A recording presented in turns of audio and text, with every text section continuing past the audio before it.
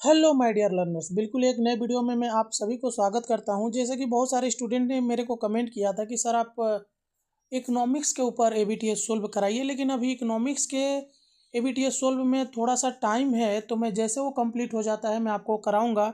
तब तक अभी फिलॉसफी का हो चुका है। पहले बहुत सारे स्टूडेंट कमेंट करते थे कि सर फिलॉसफी का भी करा दीजिए, तो मैं फिलॉसफी अभी करा देता हूँ आपको। और जैसे फिलॉसफी कंप्लीट होता है तो मैं इकोनॉमिक्स कराऊंगा, उसके बाद इंग्लिश और हिंदी में करा दूंगा, ठीक है। बहुत सारे स्टूडेंट जानते हैं कि मैं रात को 9:30 से 10 के बीच में लाइव आता हूँ। यदि आप नहीं जानते हैं तो लाइव आइए, और आपको क्या प्रॉब्लम हो रहा है वहाँ पे आप मेरे को प्रॉब्लम अपना बता सकते हैं।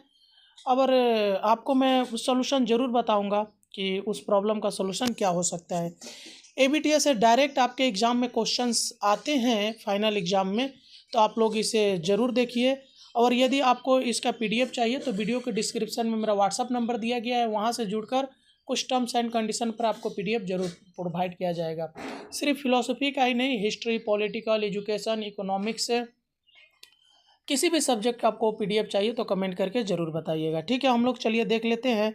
हाँ, यह वीडियो हिंदी और इंग्लिश दोनों मीडियम में होगा। मैं हिंदी मीडियम को डिस्कस कर लूँगा, इंग्लिश मीडियम वाले थोड़ा देख लेंगे।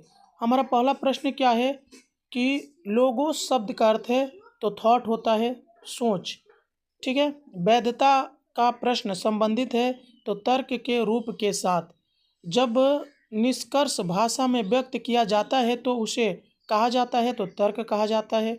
उसके बाद है शर्तीय प्रस्ताव दो प्रकार के होते हैं, तो कौन कौन से होते हैं? एक कंडीशनल होता है और एक कैटेगोरिकल प्रस्ताव होता है।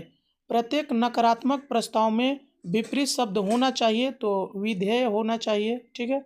यदि कोई सार्वभौमिक सकारात्मक प्रस्ताव सत्य है तो उसका संबंधित विशेष नकारात्मक प्रस्ताव का सत्य मान क्या होगा? तो यह सत्य होगा। समान विषय और विधेय वाले दो विशेष प्रस्तावों के बीच विरोधाभास कहलाता है तो उप विपरीत विरोध कहलाता है। फेरी फेरिसन एक वैध रूप है तो तृतीय आकृति का। निष्कर्ष में लघु शब्द का स्थान होता है तो निष्कर्ष में विषय होता है इसका आंसर। यदि पी यदि पी तो क्यू नहीं है तो पी नहीं है इस तर्क का रूप है तो वैध एम्प्टी हो जाएगा। किसी असंगत वर्णात्मक श्रेणी तर्क का निष्कर्ष हमेशा होता है तो एक वर्णात्मक प्रस्ताव होता है। गैर रिक्त अस्तित्व प्रस्ताव के लिए बैन आरेख है तो यह है एक्स से चिन्हित आरेख होता है।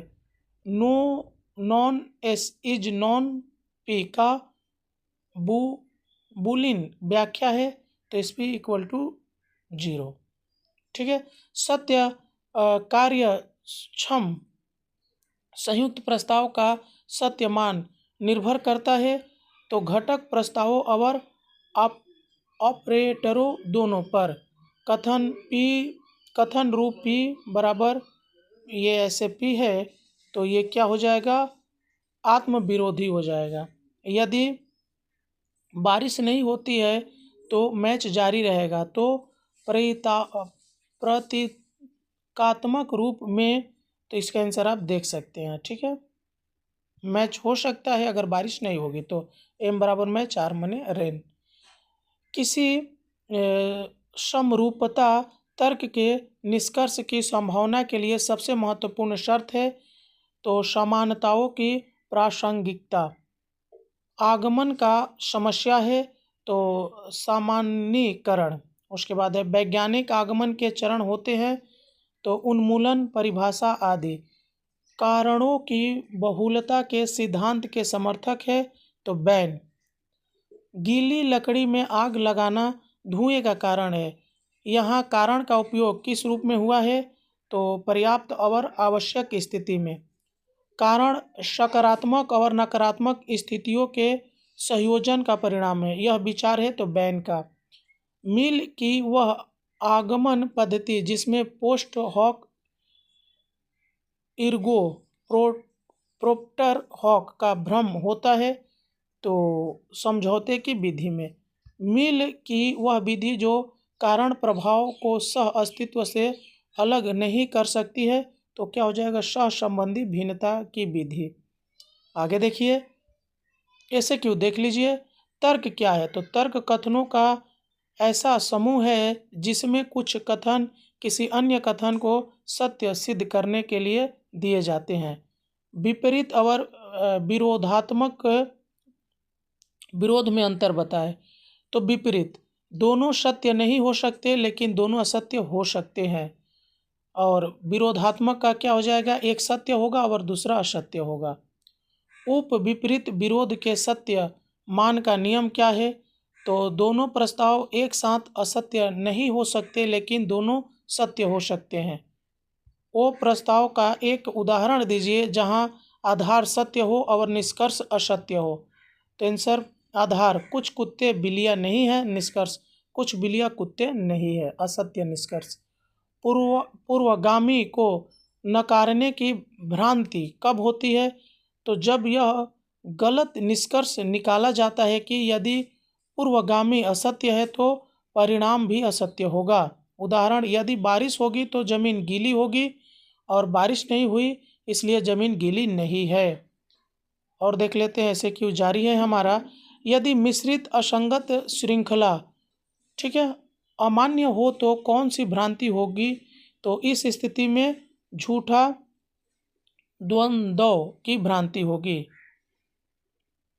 पत्रकार उपस्थित है को वेन आरेख में व्यक्त करे, तो वेन आरेख में पत्रकार के लिए निर्धारित क्षेत्र में एक्स चिन्हित लगाया जाएगा। उसके बाद है अस्तित्वात्मक आयात का क्या अर्थ है, तो अस्तित्वात्मक आयात का अर्थ है कि किसी श्रेणी प्रस्ताव में उसके विषय के अस्तित्व का अनुमान निहित होता है। श्रेणी प्रस्ताव ओ का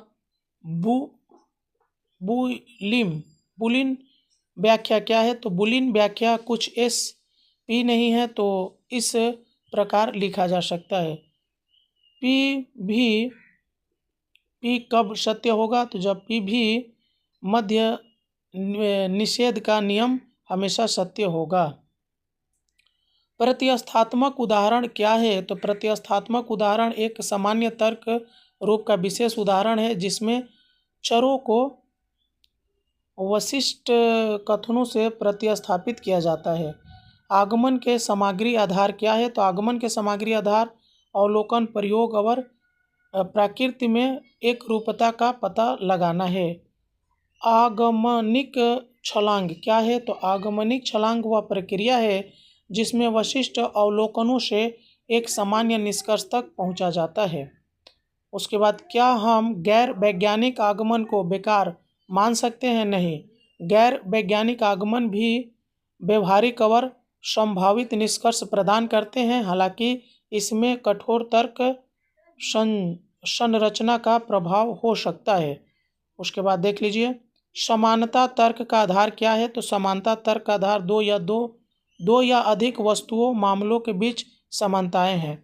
कारणों की बहुलता के सिद्धांत का अर्थ क्या है, तो यह सिद्धांत कहता है कि एक ही प्रभाव विभिन्न कारणों से उत्पन्न हो सकता है। मिल द्वारा दी गई कारण की परिभाषा क्या है, तो मिल के अनुसार कारण उन सभी परिस्थितियों का योग है, सकारात्मक और नकारात्मक, जो प्रभाव के लिए आवश्यक है। पर्याप्त स्थिति का क्या अर्थ है, तो पर्याप्त स्थिति वह है जो प्रभाव को सुनिश्चित करने के लिए पर्याप्त हो। जहर पीना मृत्यु का कारण है, यहाँ कारण का उपयोग किस अर्थ में हुआ है, तो यहाँ कारण का उपयोग पर्याप्त स्थिति के रूप में हुआ है क्योंकि जहर पीने से मृत्यु सुनिश्चित होती है।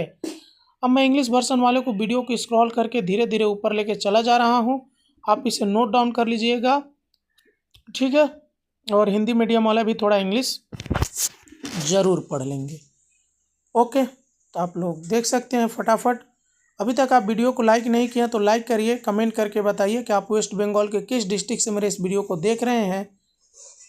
और थोड़ा चैनल को सब्सक्राइब कर दीजिए, अपने दोस्तों में शेयर कर दीजिए ताकि मेरे को सपोर्ट मिले और मैं आपके लिए और वीडियो लेकर आ सकूं। मेरे को लाइव में कुछ स्टूडेंट्स बताए कि बहुत सारे टीचर्स तो कोशिश करते हैं लेकिन स्टूडेंट उन्हें सपोर्ट नहीं करते हैं, चैनल को सब्सक्राइब नहीं करते हैं, शेयर नहीं करते हैं, जिसके वजह से टीचर जो होते हैं वीडियो बनाना बंद कर देते हैं। तो इससे आप ही लोग का नुकसान है, टीचर का क्या है। वैसे भी यूट्यूब में पढ़ाकर माने हम लोग का वेस्ट बंगाल के हिंदी मीडियम के टीचर कितना कमा लेते हैं, कुछ भी नहीं कमा पाते हैं। मैं जानता हूँ अच्छे से, मैं यूट्यूब पे पढ़ाता हूँ। चलिए मिलते हैं किसी और वीडियो में, तब तक के लिए जय हिंद।